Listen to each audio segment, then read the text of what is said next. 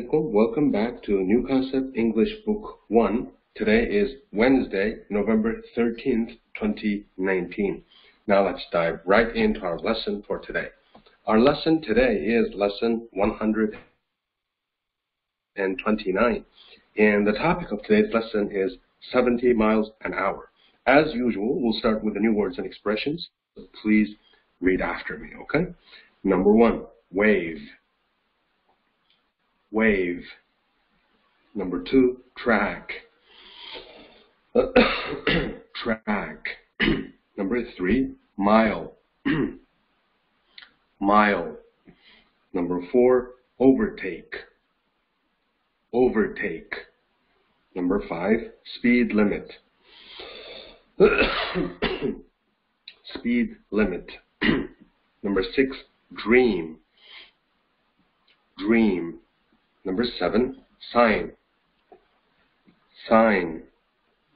Number 8, driving license. Driving license. Number 9, charge. Charge. Number 10, darling.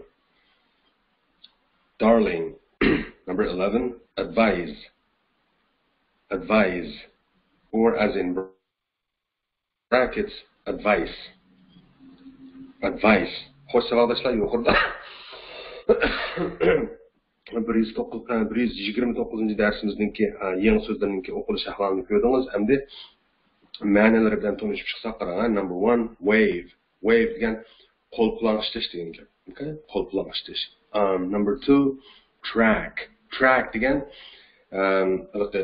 mashinaninki mangadigan yo'li bo'libmi nima qartilgan musobaqa mashinalarininki musobaqa yo'li bor, shuni race track deb qo'ydi.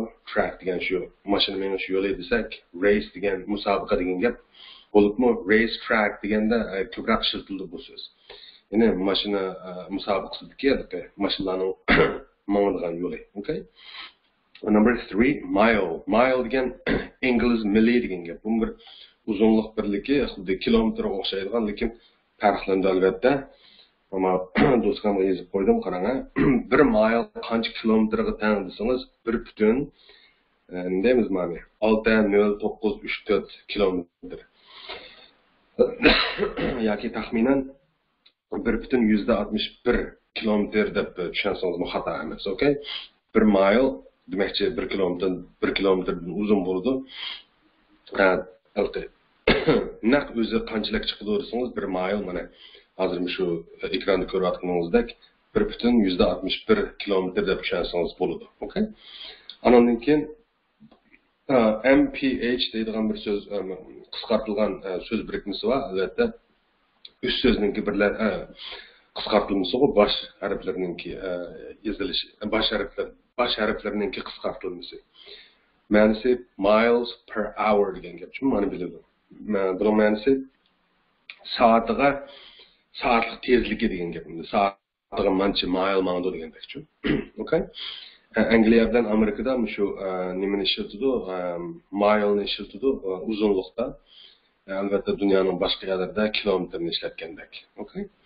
Ammo bu bilib olish tegishli narsa. Xo'sh, o'zimizga gapimiz qaytib kelsak, mile-ni hozir nima dedik? İngiliz milliy dedik, uzunligi 1 mile'ning uzunligi abay degandek kilometrda. Okay? Number 4, overtake. Bo'lqi oldiga o'tib ketish degan gap. Masalan, bundaqligi yo'ldagi mashinalarning haydalish ahvolini ko'z oldingizga keltirsangiz, bir mashina yana bir mashinaning oldiga o'tib ketganda bo'ladi, shu overtake qilgan bo'ladi. Ya'ni oldiga o'tib ketish degan gap. Okay? Andan keyin number 5, speed limit. Speed deganda savoqdoshlar biladi, tezlik degan gap, limit degan chek, ya'ni tezlik cheki degan gapchimi? Masalan, bo'libmi yuqori suratli yo'llarda tezlik cheki bo'ladi. Surat cheki deymiz-ku endi. Mancha kilometr yoki soatlik tezlikni demakchi. Mancha kilometr yoki mancha mile'ni eshib ketmaslik kerak deb bildi. Eng yuqori chekini berib qo'ydi-ku, shu speed limit degan shu. Tezlik cheki yoki surat cheki deb asosan bo'ladi. Okay? Number 6, dream.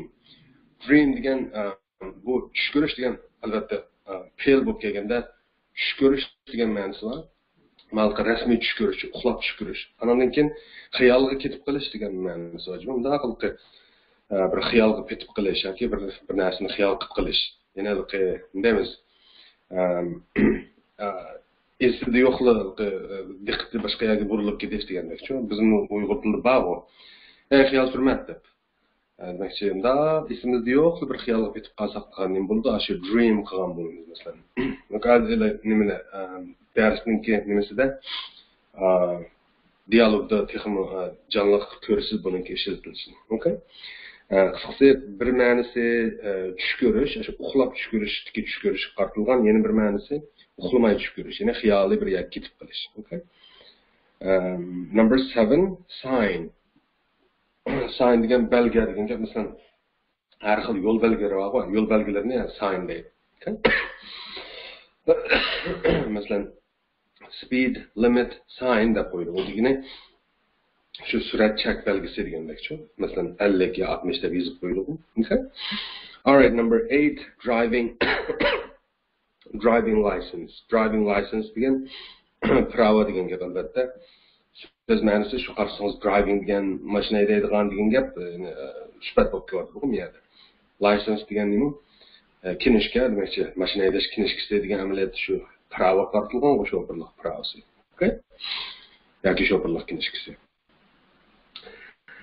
Another number 9, charge. Charge degan jarimani qo'yish degan gapmi? Jarimani qo'yish.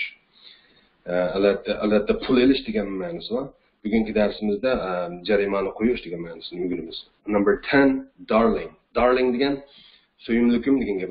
Qarshi tarafni aniq so'yimlikim deb turib ataganda ishlatiladigan bir so'z. Okay? Ingliz tilida ko'p bundoq mushu ma'noni oladigan so'zlar. Shularning ichidagi darling degan o'rganimiz bugun so'yimlikim deb turib yo'ldoshi ayolni degandek-ku. Yoki ayol yo'ldashini degandek. Okay? Number 11, agar obim diqqat qilgan bo'lsangiz, o'qigan chaqda men tirnoqning sirtidagini advise deb zda oxirlashtirib o'qidim. Tirnoqning ichidagini advice deb zda oxirlashtirib o'qidim agar diqqat qilgan bo'lsangiz. Andan keyin buni ikkisini har ikkilisini berib qo'yibdi. Men nima ishqa? Har ikkilisi uchramdi bizga albatta. Har ikkilisi uchraydi qarang.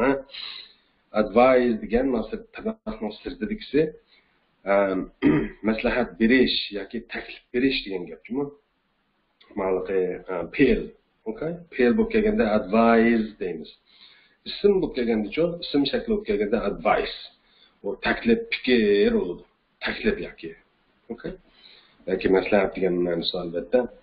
Xo'sh, shunda bo'lsa, tirnoqning sirtidagi s i bilan oxirlashganning o'qilishi advise ekan, ma'nosi taklif berish yoki maslahat berish bo'lsa, tirnoqning ichidagi so'z advice o'qilishi shunda ma'nosi taklif yoki maslahat degandek so'z. Okay? Sirtidagi pel bo'lsa, tirnoqning ichidagi so'z ism demakchi. Xo'sh, shunda bo'lsa, darsimizning temasiga bir ko'z yugartirsak, nima deydi? 70 miles an hour degan 70 mile degan gapimizda 70 ingliz millisi demakchi bu. An hour degan bir soatiga. Ya'ni soatiga 70 ingliz milli tezlik degan gap ma'lum. 70 miles an hour, okay? Xo'sh, shunda bo'lsa soatiga 70 ingliz milli degan qanday bo'ldi kilometrga buning bir aniq bilib olsak qarang, men nimada hisoblashni o'rgatib qo'ymay, to'r bekatga chiqib, masalan, xohlagan bir meydan Google degan to'r bekatga chiqib qandaq Google ga chiqib, masalan, mile to masalan km deb bo'lsangiz, mana Google ning izlash degan yeri bor. Mile to km degani ingliz millisidan kilometrga degan gap. Ya'ni mile ni kilometrga almashtirma degani.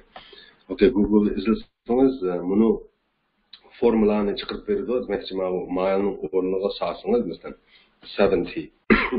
Hozir nima dedi?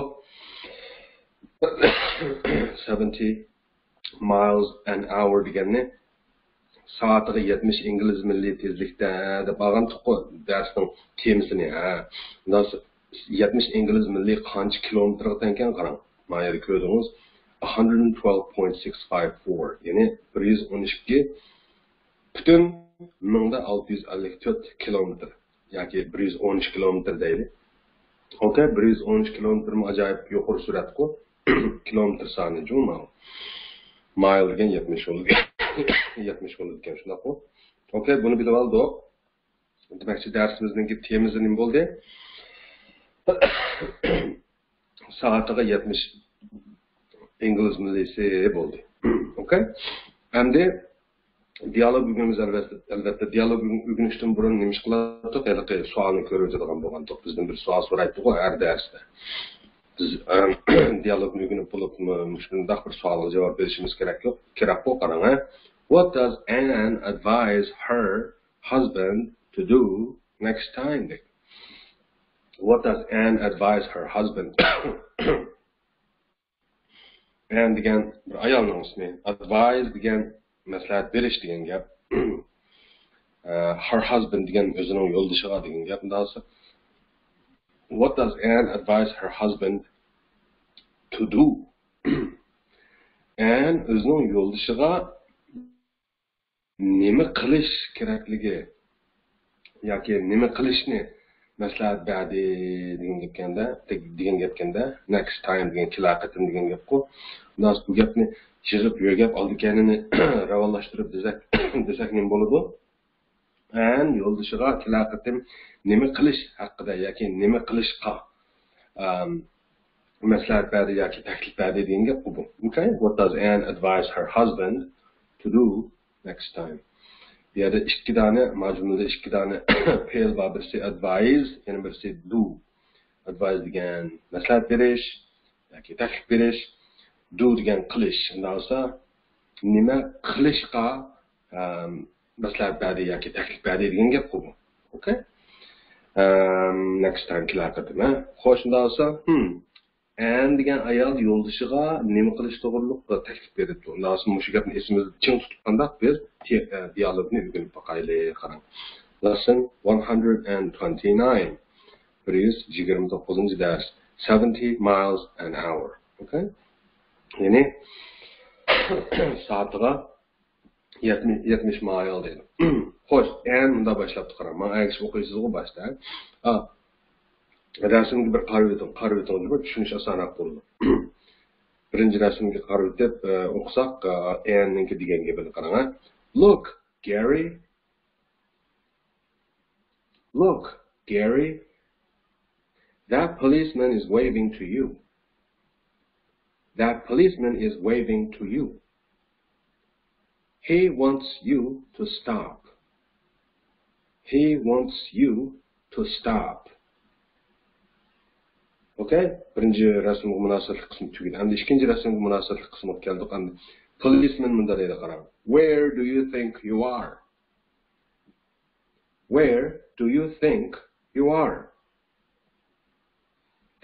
On a racetrack? On a racetrack? You must have been driving at 70 miles an hour. You must have been driving at 70 miles an hour. This is Gary that I can't have been. I can't have been. This is policeman data. I was doing 80 when I overtook you. I was doing 80 when I overtook you. The policeman named Diana. Didn't you see the speed limit? Didn't you see the speed limit? This is Gary named. I'm afraid I didn't, officer. I'm afraid I didn't, officer. I must have been dreaming. I must have been dreaming. He wasn't dreaming, officer. He wasn't dreaming, officer. I was telling him to drive slowly. I was telling him to drive slowly. This is Gary in the middle. That's why I didn't see the sign. That's why I didn't see the sign. This is a policeman in the Let me see your driving license. Let me see your driving license. The bullet bashing rasında yeni policeman gap qilgan. I won't charge you this time. I won't charge you this time. But you'd better not do it again. But you'd better not do it again. This is Gary in there. Thank you. Thank you. I'll certainly be more careful. I'll certainly be more careful. This is Anne in there. I told you to drive slowly, Gary. I told you to drive slowly, Gary. This is Gary in there. You always tell me to drive slowly, darling. You always tell me to drive slowly, darling. This is Anne in there. Well, next time you'd better take my advice. Well, next time you'd better take my advice. Okay, mushu nuqtada mening nima deydiganimni bilasiz, bu gapni demayman, bakchiq dedim, zeriktirayotgan bo'lishim mumkin. Undan hozir qandaq tekstning dialogning tarjimasini ko'ramiz qarang. And nimda boshladik gapni qarama, birinchi rasmni qarang. Look, Gary. Qarang Gary degan gap bu, qarang Gary dedi. Okay? That policeman is waving to you. Avu saqchi bo'lsa, qandaq hozir nima qandaq zamon shakli ekanligiga diqqat qilib turibsizmi? Is waving. Hozirgi davomlashayotgan zaman deymizga, avu saqchi bo'lsa, qo'l bilan ishlayotidi sizga deydi. Okay? A saqchi sizga qo'l bilan ishlayotidi degan gap bu. Hozirgi davomlashayotgan zaman, okay? Shu vaqtning o'zida bo'layotgan sharkat bu hozirgi davomlashayotgan zaman degan. Gap bo'lib nima deydi? He wants you to stop. Bu xil jumla shaklini biz ko'rgan. Ya'ni ikki fe'l bilan ifodalanadigan bunaqa sharkatni. Masalan, bu yerda bir fe'l want, yana bir fe'l stop. Want degan qilmoqchi bo'lish, qilg'isi bo'lish degan bo'lsa, stop degan to'xtash. Shundan bo'lsa, he wants you deydi. U mundamda qilmoqchi deydi. Nimani? Sizni to'xtatishni demoqchi. Okay? Sizni to'xtatishni qilmoqchi degani shu, u sizni to'xtatmoqchi yoki uning sizni to'xtatqisi bor degan gap bu. He wants you to stop. Buni uyg'urchada texnik jonliq qilib, u sizni to'xtatsin deb, u sizni to'xtatsin deydi degan gap. Yoki u sizni to'xtatsin da'vatidi, u sizni to'xtat da'vatidi deb da'vasak bo'ladi jonliq tilda, shumi? He wants you to stop. Undanda qilmoqchi, sizni to'xtatishni degandak. Okay? Ya'ni u sizni to'xtatmoqchi deydi. Yoki u sizni to'xtatsin deydi degandek. Xo'sh, birinchi rasmda o'zingiz ko'rdingiz rasmda. Arasi yana bir gap, Angliyada mashinalarningki roli o'ng tarafda bo'ladi, savoldoshlar. Yo'ldoshi mashinada o'tadi-ku, o'ng tarafda o'tirib mashinaningki, so'l tarafda ayol o'tirib, saqchini ko'rsatib turib nima dedi?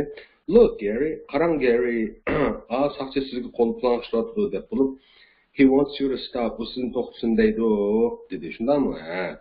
Hamda ikkinchi rasm keldi, qarang. Policeman bunda debdi. Where do you think you are?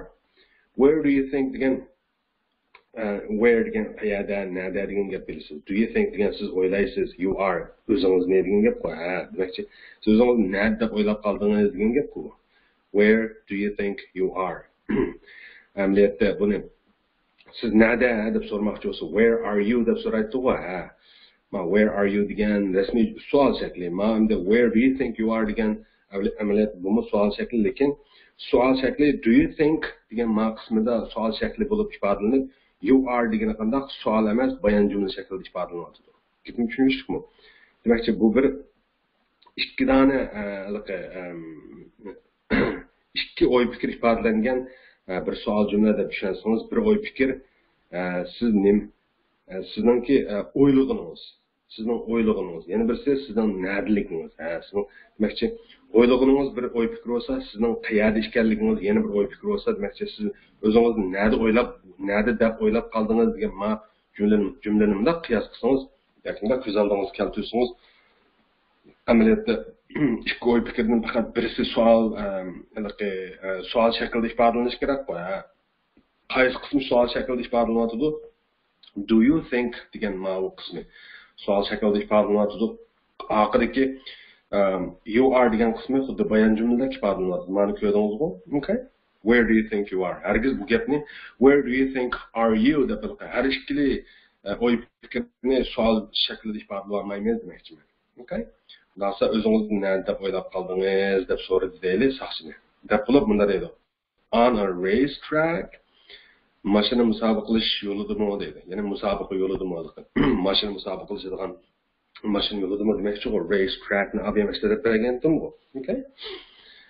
Yoki do you think you are on a racetrack degan gapni qisqartirib on a racetrack degani bu. To'liq desak ma gapni. Do you think you are on a racetrack? Yine siz o'zingizni mashina musobaqa qilish yo'lida deb o'ylab qoldingizmi degan gap bu. Qisqartirib on a racetrack deb aytadi. Okay? Deb bo'lib nima dedi? You must have been driving at 70 miles an hour. Xo'sh, endi mushu jumlaga kelganda savolashlar. Mushu jumlaga kelganda esingizga nayda muhim bir narsani sanmoqchimiz. U bo'lsa-mu amaliyotda ikki narsa ekan. Esingizga soldigan birisi must be deganni bilasiz. Oldingi dars o'rgangan. Cho'qim mandaq deb. Birisi shu ma'noni yana bir qadam ta'kidlaymiz bugun mavjumada. Yana birisi qarang. Have been driving degan ma uch so'zningki xato kelgan ma uch so'zga qarasangiz bu nima desangiz amaliyotda yana bir qadam yangidan muboraklayman sizni. Nimaga desangiz yangidan bir zamonni o'rganganingizga. Qarang, you have been driving at masalan 70 miles an hour. Qarang, you have been driving at 70 miles an hour degan bu jumla amaliyotda shu hozirda putgan davomlashayotgan zaman shakliga kirdi. Ma'lum bu hozirgi putgan zaman deb endi tushunayapsizmi? Hozirgi putgan davomlashayotgan zaman deysiz-ku deb bunday o'ylab qolgan bo'lsangiz, to'liq oson buni tushunish amaliyotda. Hargiz xafa qanday oson desangiz, qarang, hozirgi putgan davomlashayotgan degan gapdan chiqyapti. Hozirga nisbatan putgan ish. Putib demakchi qanday putgan desangiz, davomlashib kelib putgan ishda bir ma'no bor bunda. Hozirga nisbatan davomlashib kelib putgan. Ma'lumda hozirgi putgan davomlashayotgan bilan hozirgi putgan zamonning nima farqi bor desangiz, hozirgi putgan zaman faqat hozirga nisbatan putgan harakatni bildirdi. Hozirgi putgan davomlashayotgan zaman deganimiz, ya'ni bugungi mana yangidan ko'rayotganimiz qanday hozirga nisbatan davomlashib kelib putgan zamonni ko'rsatdi demakchi. Farqi faqatla shu davomlashib kelgan bir farq bor. Yana birisi din demakchi. Undaqsa zaten nimda tushunsak bo'ladi bu jumlani qarang. Siz soatiga 70 ingliz milliy suratda haydab kelib o'tibsiz degan gap bu. Demakchi bir ishni qilib kelayotgan bir odamdan yana qilib kelayotgan degan gap shu davomlashtirib kelayotgan degan gap qo'yib gachilishib ketdim. Gapim tushundingiz? Demakchi you have been driving at 70 miles an hour degan gap siz soatiga 70 ingliz milliy tezlikda haydab kelib o'tibsiz degan gap. Hozirgi davomlashayotgan putgan zamonni tushundingizmi? Yoki hozirgi putgan davomlashayotgan zaman. Okay? Demakchi, men agar yodingizda bo'lsa, ingliz tilida cho'ng 4 zaman bor degandim. Birisi hozirgi zaman, yana birisi keladigan zaman, yana birisi o'tgan zaman, yana birisi o'tgan keladigan zaman. Qo'yib ketmamda desam, nima degan jiq gap bu deb.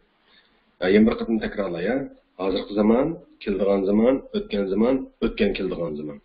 Mana bu 4 cho'ng zaman hisoblandi. Ondan men yana dedim, har bir cho'ng zaman o'z ichidan yana 4 kichik zamonga shohlaydi degan yodingizda bo'lsa. Unda bo'lsa nima degan gap bu desangiz, amaliyotda bugungi ko'rgan shu hozirgi putgan davomlashayotgan zaman deganingiz shu hozirgi cho'ng zamonninki siz hozirga qadar o'rganib boqmagan 4-zamoni hisoblanadi. Unda bo'lsa hozirgi cho'ng zaman nima o'z ichidan 4 shohlagan nimasiga 4 shohlagan 4 kichik zamoniga birdan misol olib, yana bir qatim mana xotirangizni yangilab chiqay qarang.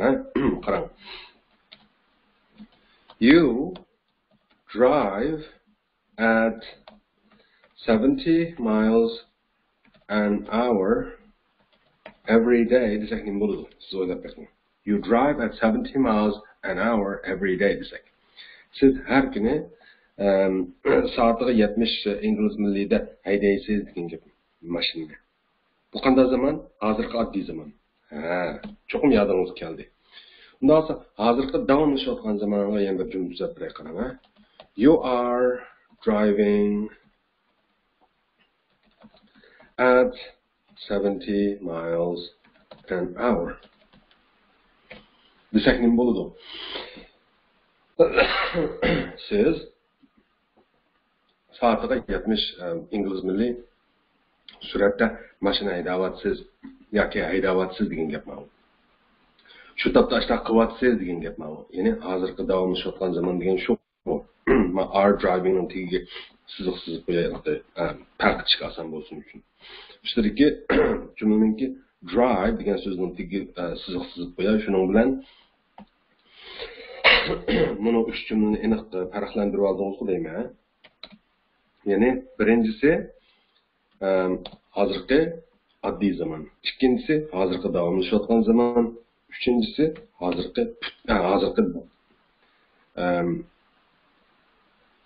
to'xtagan yana bir qatim kechiring. O'zim misol qalayim tasqab qoldim. Sizni izohtirib o'tmay. Boshninkilar ya. Birinchisi hozirgi oddiy zaman. İkincisi hozirgi davomlashayotgan zaman, uchinchisi hozirgi putgan davomlashayotgan zaman. Albatta, uchinchisi asli to'rtinchisi bo'lib kelsa to'g'ri bo'ladi. Uchinchisiga hozirgi putgan zamanni elib, ondan to'rtinchisiga hozirgi putgan davomlashayotgan zamanni desak, tushunishliroq bo'ldi-ku deyman, qarang. Undan so'ng uchinchisiga bir misol hozirgi putgan zamonga. You have driven at 70 miles an hour. Desem hozirgi putgan zaman bo'ldi. Undan so'ng hozirgi putgan zaman degan uchinchi misol bilan to'rtinchi misol, ya'ni hozirgi putgan davomlashayotgan zamanni yana bir qatim farqlantirib bersam, uchinchi jumlaning ma'nosi siz soatiga 70 ingliz milli haydadingiz degan gap. Demakchi bu ish put bo'ldi. Haydab bo'ldingiz. Haydashdan iborat bu ish put bo'ldi. Put bo'lgandan keyin, ya'ni ish tugab bo'lgandan keyin degan gap bu. Oxir chiqib bo'lgandan keyin, haydab bo'lgandan keyin demakchi. To'rtinchisi haydab kelyaptingiz degan gap.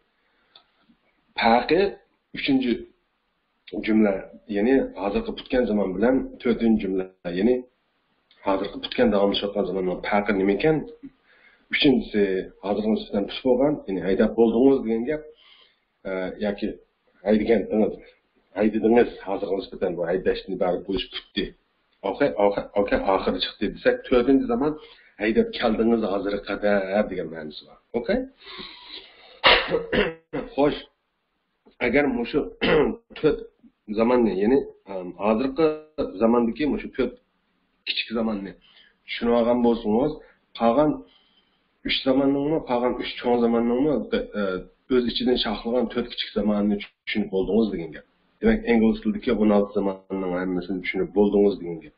Sizni yushiradigan, sizga nisbatan sirliq tuyulgan narsa qolmadi amaliyotda ingliz tilida. Ingliz tili degan mushunchiliklar. Okay? agar magitni aniq bo'lmagan bo'lsa videoni to'xtatib qo'yib ozroq kalla qatirib o'ting, mana 4 jumlani o'z oldingizga 4 jumla haqida ozroq kalla qatirib o'ting, yana tahlil qilib o'ting yoki ma videoni kayniga sal yondirib qayta ko'rishni bilasizmi men demasam. Okay, qayta ko'rsangiz tushunasiz. Unda bo'lsa bu gap shunchalik bo'lsin. Endi bu gapning bugungi ma darsimizning nim munosabati bor desangiz qarang. Have been driving degan ma gap shu gap shu demakchi. Haydab kelyotdingiz degan gap. Hozirgi putgan davomlashayotgan zaman. Unda bo'lsa must bilan qo'shilsa nim bo'ladi?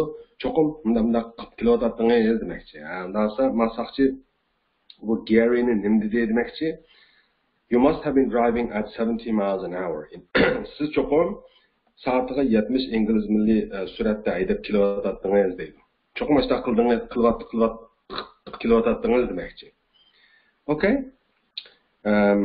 Deganda Gary munda dedi qarang. I can't have been deganini bilasiz siz. Must be ni oldingi darsda cho'qim munda deb bo'lib can't be ni nim degan to'q cho'qim unda emas yoki unda bo'lish mumkin emas degan to'q. Ma'amda shu saqchi qandoq nima jumla shakli ishlatgan bo'lsa Gary mu shu jumla shakli bo'yicha javob berdi deb tushunsangiz bo'ladi. Masalan, saqchi must have been driving degan bo'lsa Gary can't have been driving deb albatta to'liq desak I can't have been driving at 70 miles per an hour degan gap bu. Can't driving at 70 miles an hour degan demayla I can't have been deb mal have been ga o'xshash parallel evatidi demakchi u gapni tushundingiz. Ya'ni unda bo'lish mumkin emas demakchi. Ya'ni mening soatiga 70 ingliz milliy suratda haydab kelayotgan bo'lishim mumkin emas demakchi. Yoki cho'qim unda emas demakchi. Desa policeman nima dedi? I was doing 80 when I overtook you dedi. I was doing 80 degan men qilyotdim 80 da when I overtook you. Men sizdan o'tib ketgan chaqda, oldingizga o'tganda demakchi. Nima demakchi bu yerdagi doing degan nima? Amaliyotda shu driving demakchi. Okay, ya'ni I was driving at 80 miles an hour when I overtook you degan gapni qisqartirib I was doing degani bu. Ya'ni ma Gary nim dedi saqchininki siz cho'qim soatiga 70 ingliz milliy haydab kelyotdingiz deginiga Gary nimda javob berganda unda bo'lishi mumkin emas degan to'g'ri. Unda o'z mumkin emas deb tenib olgandan keyin policeman nim deyishga to'g'ri keldi. Ey men 80 da haydayotgan tursam sendan eshib ketgan chaqda dedi. Ya'ni demakchi 80 da haydamisam, ya'ni sen haydayotgan tezlikdan tezroq haydamasam men qanday sening oldinga o'ta olaman demakchi. I was doing 80 when I overtook you. Okay? Overtook degan overtake menga o'tgan zaman shakli bilasiz. Abiyamiz oldiga o'tib ketish degan to'g'ri. Okay, gapni tushunishlikmi? I was doing 80 degani o'tgan davomlashayotgan zaman, when I overtook you degan o'tgan oddiy zaman. Demakchi Gary'ninki soatiga 70 ingliz milliy suratda haydab kelayotganligini isbotlash uchun o'zininki 80 da uning oldiga o'tib ketganligini deyishiga to'g'ri kelib deyotgan gap bu. Men sendan o'tganda bundamda qilyotdim deb, ya'ni 80 da men o'tdim demakchi u. Okay? Deb bo'lib policeman bunda endi gapning qiziq yeriga kelib qarang. Didn't you see the speed limit? Agar did you see the speed limit degan bo'lsa siz surat cheklamasini yoki surat chekini ko'rdingizmi deb tarjima qildik. Did you see degan bo'lsa hozir didn't you see deb ta'tir so'radi. Ko'rmadingizmi debchimi? Didn't you see the speed limit? Siz surat chekini ko'rmadingizmi dedi. Desa Gary nim dedi, I'm afraid I didn't, officer. Siz bilasiz I'm afraid nima ma'ni bildirganligini. Mundamda u deyman degan gap bu. Yoki mundamda bo'lishdan ansirayman degan gapni Uyg'urchada işte alınız degan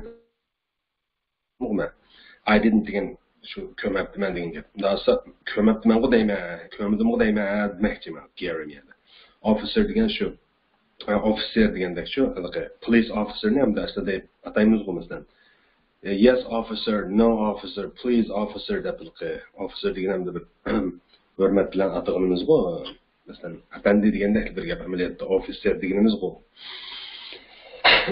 Okay, Uyg'urchada mana shu deymiz bu officer.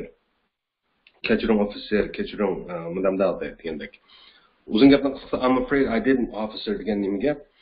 Hemen ko'rmadim deyman officer dedi. Deb bo'lib I must have been dreaming. Miyadimi yanıla must be yani cho'qim mundaq degan jumla shaklini ishlatyapti. Ammo have been dreaming deb hozirgi kutganda o'nishayotgan zamonni ishlatyapti. Abi men sizni bugun yangi bir zaman shaklini o'rgandingiz dedim-ku. Shu jumla shakli ne ishlatyapti demoqchi. Shu yangi jumla shaklini have been dreaming degan hozirgi kutganda o'nishayotgan zaman. Ya'ni tush ko'rib kelyaptim demoqchi u. I must have been dreaming degani cho'qim mundaq demoqchi bu. Nima demoqchi o'zini shu men cho'qim tush ko'rib kelayotgan bo'lishim mumkin yoki men cho'qim tush ko'ribman unda bo'lsa degandek-chi. Okay? Men cho'qim tush ko'ribman. Bu yerga tush ko'ribman degani savoldoshlar. Xiyolim boshqa yerga ketib qolibdi degani. Javob men degan miyadingiz bo'lsa dreaming ma'nosini tushundiganda uxlab ko'zini yumib tush ko'rish degan bir ma'nosi bor. Ya'ni uxlab tush ko'rish degan ma'nosi, uxlamayimda xiyoli bir yerga ketib qolish degan ma'nosi bor deganmi bu? I must have been dreaming nima deymiz? Men cho'qim uxlab kelyotibman yoki uxlab kelyotibman deb bunda olsak bo'ldi. Deganda endi dedi shaqqilam gap qiladi qarang ayoli. He wasn't dreaming officer. Bu uning xiyoli bir yerga ketib qolmagandi yoki u tush ko'rmayotgandi officer deydi bu. Nimishqa? Bundan o'ylang. Men xiyolim bir yerga ketib qolibdi degan gap saqchiga nisbatan masalan bo'libmi? Shunday yerda yuqori sur'atli yo'lda ketib o'tib yoki yuqori sur'atli yo'l emas, boshqa odat bir yo'l bo'lsin mayli. Mesela xiyolim bir yerga ketib qolibdi desangiz, saqchi sizni bosh qo'yib o'tadimi? Hargiz bosh qo'ymaydi. Nimishqa xiyolim bir yerga ketdi, nimishqa ma'laqi diqqatingni yig'ib mashina haydmaysa deb bir gap topadiganligi yoki u jazo alaydiganligi aniq buni bilsiz bu aqlli sabab bu. Okay? Demakchi Gary anda desa men shu tush ko'rib qolgan o'xshayman, tush ko'rib kelayotgan o'xshayman yoki xiyolim bo'linib ketgan o'xshaydi deb turishga ayoli qo'pib he wasn't dreaming officer deb gapni tatib oldi. Ya u tush ko'rmayotgandi. He wasn't dreaming. O'tganda o'nishayotgan zaman ifodalayapti qarab. U tush ko'rmayotgandi yoki uning xiyoli bir yerga ketib qolmagandi officer deb bo'lib I was telling him to drive slowly. I was telling him degan o'tganda o'nishayotgan zaman men unga da'vat etdim degan gap bu. Nimani? To drive slowly. Astroq mashina haydashni dedi. Men unga mashina astroq haydashni da'vat etdim demoqchi. Demoqchi ayol nayt chaqqan kelib shaq bir gapni tatib o'tib, ya uning xiyoli bo'linib ketmagandi. Men mishta da'vat etdim demoqchi, mening gapimni anglayman deb nimani ko'rmay qoldi deganda kashta bir gapni separator yo'lishini og'ziga qarab. I was telling him to drive slowly. Demoqchi, uning diqqatini chechayotgan men uni astroq haydang deb men gap qilayotgan deb uni xiyoli bo'linib ketganligini yo'shirishga tirishyapti-ku. Okay? Bu gapni anglab Gary nima dedi? Gary shaq qildi asli kelib. That's why I didn't see the sign dedi. Qarang. Naq keldi men gap. That's why degan shuning uchun degan gap. Ya'ni u shuning uchun, ya'ni I didn't see the sign. Masalan, that's why degani shu. Bu yerga why shu I didn't see the sign degan jumlani agashtirib kelib o'ziga that's ni aniqlab berayotgan bir ahvol bor. Ya'ni u nimishqa mening bundamda qilganligimning sababi shu demoqchi. Okay? Bundoq jumlani jiq ko'rgandik-ku. Okay? That's why I didn't see the sign. U shuning uchunki masalan I didn't see the sign. Ya'ni men sign degan belge degan tuqqu. I didn't see the sign degan men belgini ko'rmabman degan gap qiladi. Demakchi, u dal mening belgini ko'rmaganligimning sababi demakchi. Ya'ni ayolim menga gap qilgan, men uning gapini anglayman deb belgi qaramabman demakchi bu. Okay, that's why I didn't see the sign. Va jumla misal g'ayri tuyuldi hozircha, lekin jiq mashq qilsangiz bunda jumla jiq keladi, oldimizda mashq qiladi. Ko'nab qolasiz, okay? Xo'sh. Bu gapni anglab policeman nim dedi. Let me see your driving license. Degan gap bu.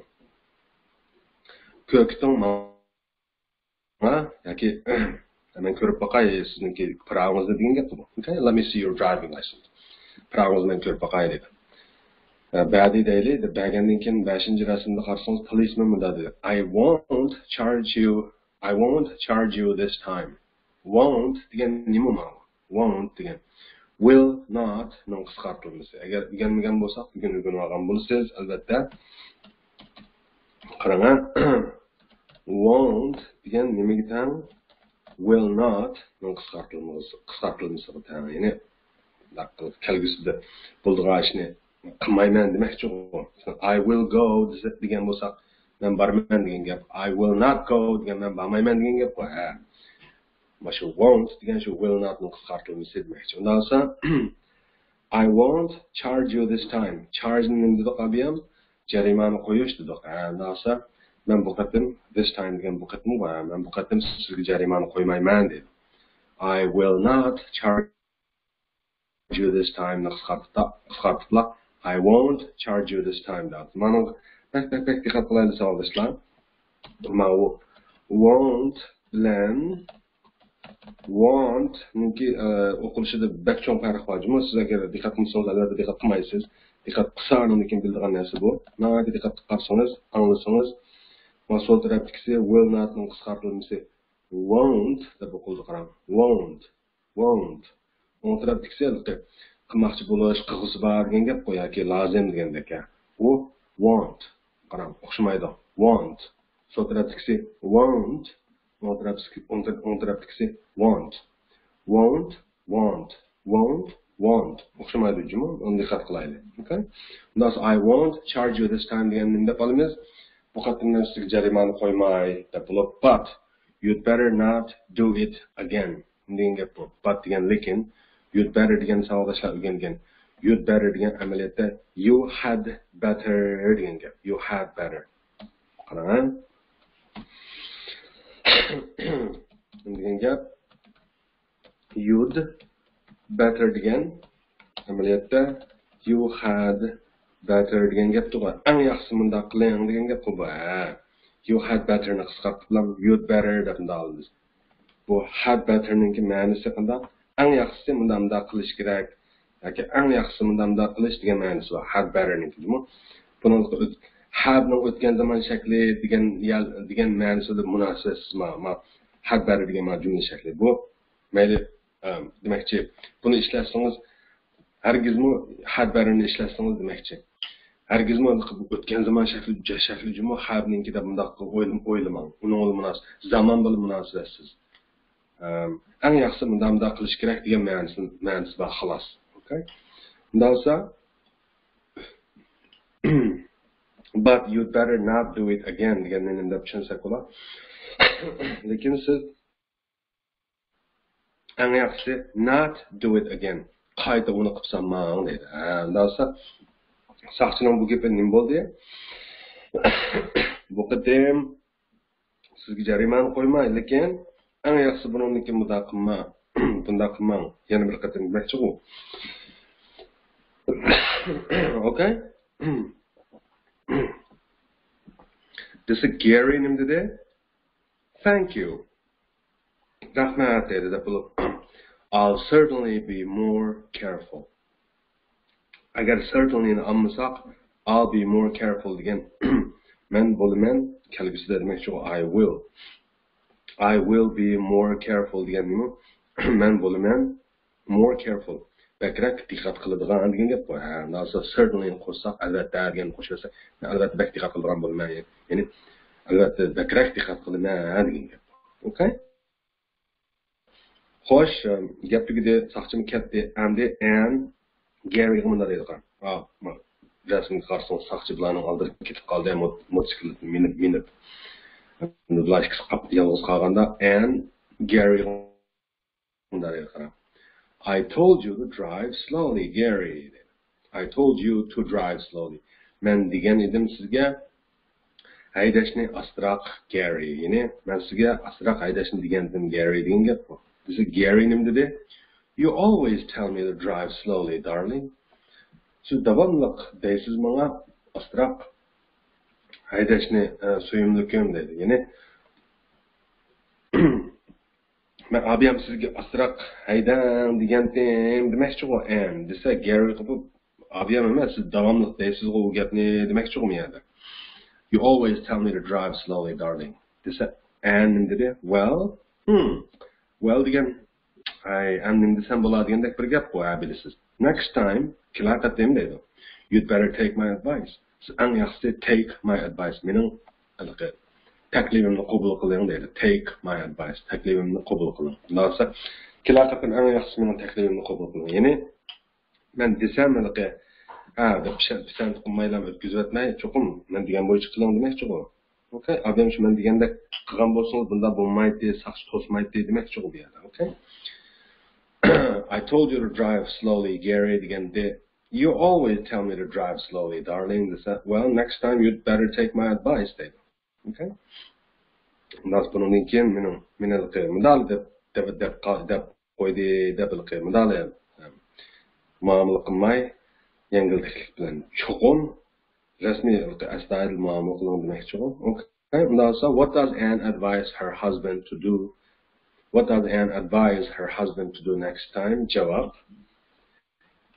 She advised her, advises, cümle sual şeklinde does da bir hazır adli zaman ifadeler atkandan keyin albatta javobni mana shunga bo'ysunish kerak bu. Shu zaman shaklida diqqat qilish kerak demoqchi u, hurmat qilish kerak. She advises him to drive slowly next time. She advises him to drive slowly. She advises him to drive slowly next time. Okay? Onunga kilaqatim astroq haydashni maslahat berdi yoki taklif berdi dedi. Okay? Xo'shundan so'ngdashlar jiq o'qib videoni keyiniga ham turib jiq o'qib anglab demoqchi, do'rab keyinidan do'rab agishib o'qib jiq yodlab hatto ko'chirib yezib hatto bo'lsa hattoki tarjimasini qayta o'zingiz qilib o'rganib olsangiz o'zingizga yaxshi. Okay?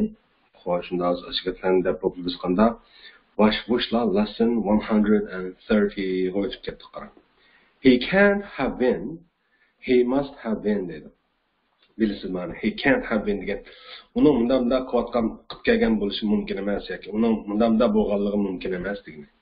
He must have been degani u cho'qim undamda bo'ldi demoqchi u. Okay? Bu jumla shakli sizga notonish emas.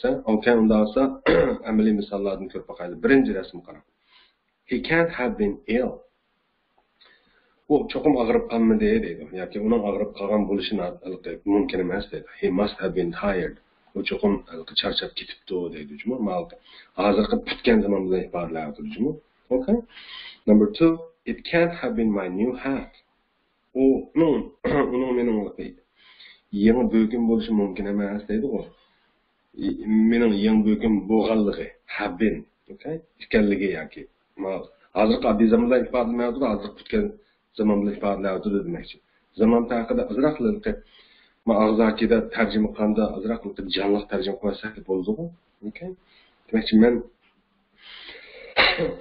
uni nima mening yangi bo'kim o'xshaydi deb qolibganman, lekin unda emaskan demoqchi u yerda. Hozirgi tutgan zaman bo'yicha. Okay? Ya'ni mening yangi bo'kim bo'lib qolganligi hozirga qadar bo'lib qolganligi mumkin emas demoqchi u. It must have been my old one. Cho'qim meningki kon bo'kim kenda, kon bo'kim bo'lib ketdi demoqchi. Okay? Number 3, she can't have been Danish. Uning nima bo'lganligi mumkin emas deydi. Daniyalik ekanligi yoki daniyalik bo'lganligi mumkin emas deydi. She must have been Danish. Swedish. Bu çokum şivsiyalik deydi. Number 4, he can't have been a dentist. Bunun nima bo'lishi tish doktori bo'lishi mumkin emas degan gap. Hozir o'tgan zamonda ifodalanadi faqatlar bir nimasi. Oldingi dars bilan oldingi darsda he can't be degan hozir he can't have been deb hozir o'tgan zamonda ifodalanadi. That he must have been a doctor. U çokum doktor deydi. Ish o'tib bo'lgandan keyin degan gap bu. Number 5, she can't have been 40. She must have been 50. U çokum 40 yaşga uning 40 yaşga kirgan bo'lishi mumkin emas deydi. Bu çokum 50 yaşga kirib bo'lgan demakchi. Okay? Number 6, it can't have been the 20th. Uning 20-yil, ya'ni bugun ne demakchi? Bugun o'tib ketgan chog'da degan gap bu. 20-yil bo'lganligi mumkin emas deb bo'lib, it must have been the 21st. Cho'qim 21-yil bo'ldi demakchi shu kunni demakchi. Number 7, he can't have been the youngest. Uni eng kichik bo'lishi mumkin emas deydi. Eng kichik bo'lganligi mumkin emas degan deydi. He must have been the oldest. U cho'qim eng cho'ng bo'ldi deydi. Okay? Number 8, he can't have been reading. Uni o'qiyotgan bo'lishi kitob gazet demakchi mana yerda.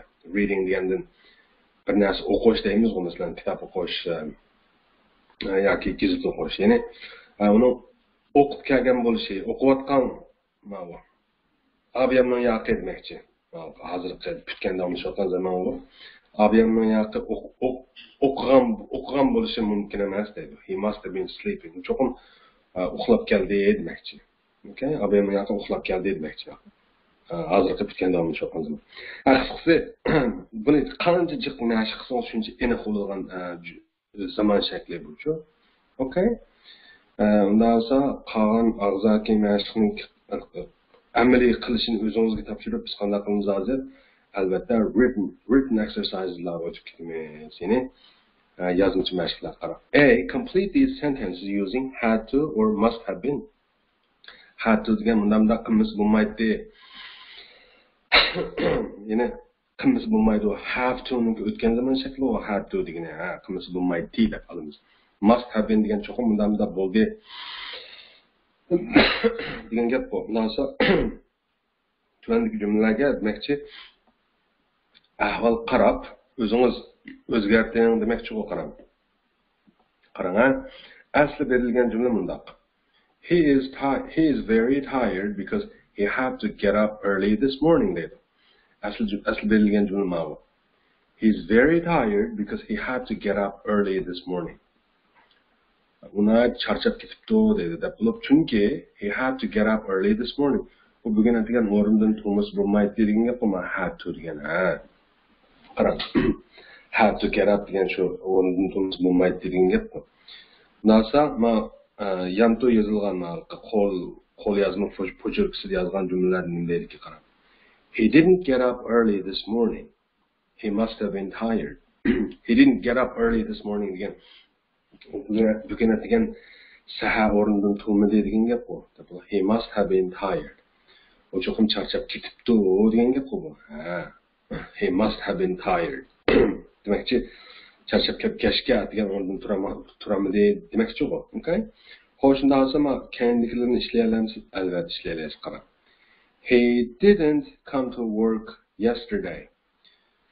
O tunugun ishga kelmadi degan gap bu. Bundan so'ng buni bu cho'qim og'rib qopdi deb biz hozir kutgan zaman bilan ifodalasak deymiz. He must have been ill. Ill degan og'riq, kasal degan gap bo'ldi, sifat shakli. So'z turkum jihatdan sifat. Ya'ni he must have been ill. He must have been ill degan bo'ldi. Bu cho'qim og'rib qopdi degan bo'ldi. Undan so'ng u tunugun ishga kelmadi deb bo'lib, bu cho'qim og'rib qopdi desak qanday? Shu cho'qim og'rib qopdi, shunga ishga kelmadi degan gap ma'no chiqdi. Okay? Qolganlarni o'zingiz ishlab beqing.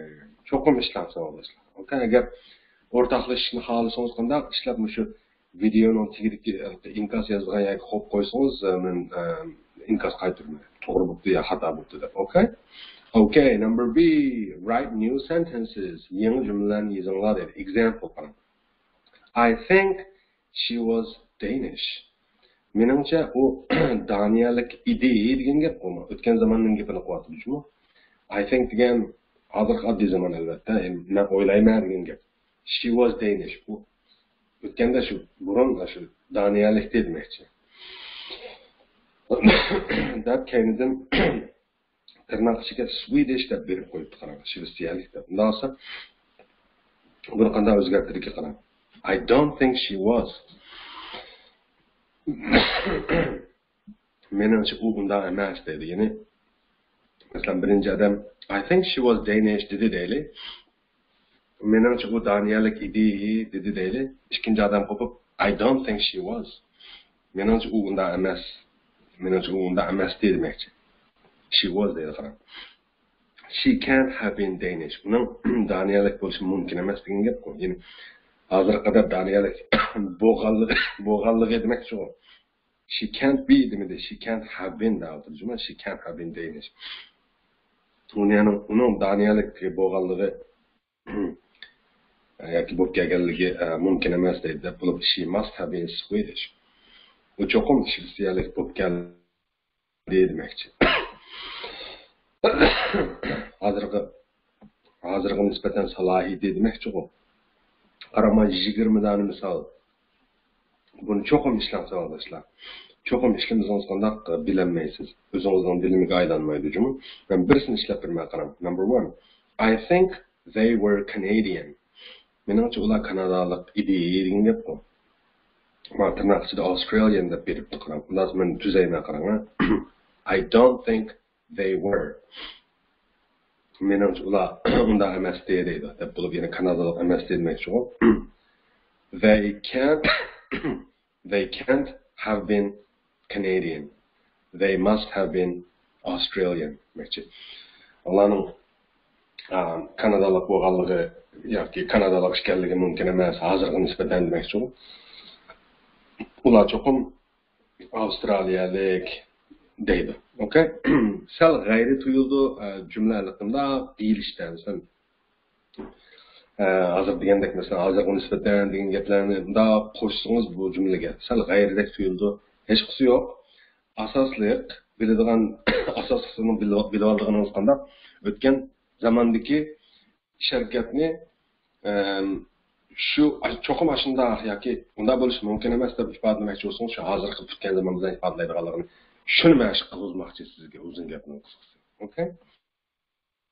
Agar yana aniq bo'lmagan bo'lsa qanday shu videoning tagidagi inkas yozgan yoki inkas qoldirib qo'ysangiz bo'ldi yoki bo'lmasa videoni qayta boshdan ko'rsangiz aniq bo'ldi. Okay? Muhim narsalar. Narsa yana ko'p rahmat. Yana ozroq chidvatgaysiz. Shuning bilan xatarda biz birinchi qism kitobni tugatib ikkinchi qismga rasmiy kirib ketmaymiz. Thank you very much.